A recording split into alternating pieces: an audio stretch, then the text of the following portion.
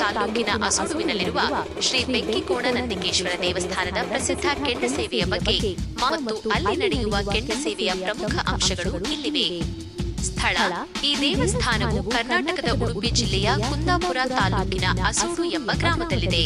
ಕೆಂಡ ಸೇವೆ ಅಗ್ನಿ ತುಳಿತ ಇದು ಈ ದೇವಸ್ಥಾನದ ಅತ್ಯಂತ ಪ್ರಮುಖವಾದ ಮತ್ತು ಭಕ್ತಿಪೂರ್ವಕವಾದ ಆಚರಣೆಯಾಗಿದೆ. ದೇವಸ್ಥಾನದ ವಾರ್ಷಿಕ ಜಾತ್ರೆಯ ಸಂದರ್ಭದಲ್ಲಿ ಈ ಸೇವೆ ನಡೆಯುತ್ತದೆ. ಇಲ್ಲಿ ಭಕ್ತರು ಧಗಧಗಿಸುವ ಕೆಂಡದ ಮೇಲೆ ಬರಿಗಾಲಿನಲ್ಲಿ ನಡೆಯುವ ಮೂಲಕ ದೇವರಿಗೆ ತಮ್ಮ ಭಕ್ತಿಯನ್ನು ಸಮರ್ಪಿಸುತ್ತಾರೆ. ಈ ಆಚರಣೆಯು ಕರಾವಳಿ ಕರ್ನಾಟಕದ ಸಾಂಸ್ಕೃತಿಕ ಮತ್ತು ಧಾರ್ಮಿಕ ಸಂಪ್ರದಾಯಗಳ ಒಂದು ಅವಿಭಾಜ್ಯ ಅಂಗವಾಗಿದೆ. ದೇವರು ಇಲ್ಲಿ ನಂದಿಕೇಶ್ವರನನ್ನು ಬೆಂಕಿಕೋಣ ಎಂಬ ಹೆಸರಿನಿಂದ ಪೂಜಿಸಲಾಗುತ್ತದೆ. ಈ ಆಚರಣೆಯು ಭಕ್ತರ ಅಚಲ ನಂಬಿಕೆ ಮತ್ತು ಧೈರ್ಯದ ಸಂಕೇತವಾಗಿದೆ.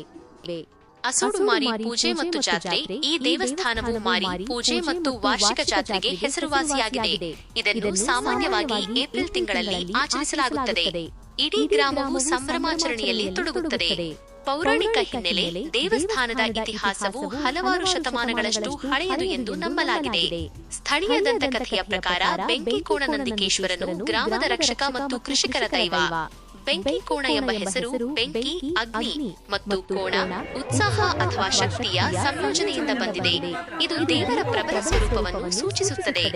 ಅಗ್ನಿ ತುಳಿತದ ಸೇವೆ: ವಾರ್ಷಿಕ ಜಾತ್ರೆಯ ಪ್ರಮುಖ ಆಕರ್ಷಣೆಯಾದ ಅಗ್ನಿ ತುಳಿತ ಕೆಂಡ ಸೇವೆಯು ಅತ್ಯಂತ ಕಠಿಣವಾದ ಧಾರ್ಮಿಕ ಆಚರಣೆಗಳಲ್ಲಿ ಒಂದಾಗಿದೆ.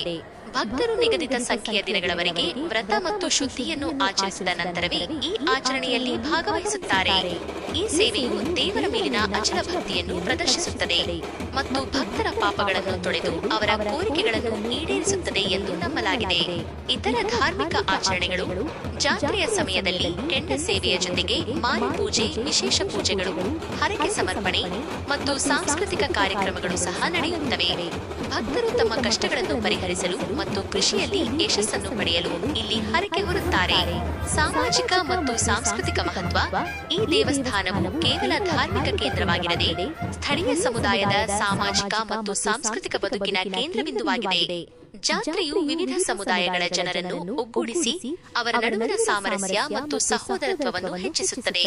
ಕರಾವಳಿ ಕರ್ನಾಟಕದ ಜಾನಪದ ಸಂಪ್ರದಾಯಗಳು ಮತ್ತು ಆಚರಣೆಗಳನ್ನು ಉಳಿಸಿಕೊಳ್ಳುವಲ್ಲಿ ಈ ದೇವಸ್ಥಾನವು ಪ್ರಮುಖ ಪಾತ್ರ ವಹಿಸಿದೆ.